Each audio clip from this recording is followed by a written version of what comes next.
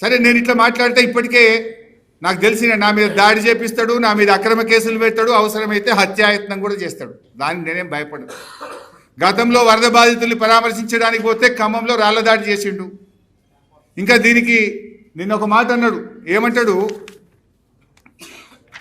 నిన్న దేవుడి మీద ఒట్టు పెట్టుకున్నా అన్నాడు. నేనా ఏంది?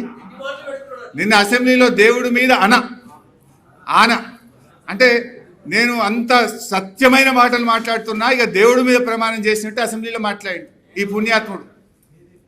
ఈయన గతంలో రైతులకు రుణమాఫీ చేస్తా, 15 ఆగస్టులోక రుణమాఫీ చేస్తా దేవుడా అని ఆడపోయి యాదాద్రి లక్ష్మీనరసింహస్వామి మీద ప్రమాణం చేసిండు, భద్రాద్రి రాముల వారి మీద చేసిండు, మెదక్ చర్చి మీద చేసిండు, మహబూబ్ నగర్లో జహంగీర్పీర్ దర్గా మీద ప్రమాణం చేసి దేవుణ్ణే మోసం చేసిన గనుడు రేవంత్ రెడ్డి నిన్న అసెంబ్లీలో కూడా దేవుడి మీద ప్రమాణం చేస్తున్నా, నేను సత్యమైన మాటలు మాట్లాడుతున్నా అంటాడు.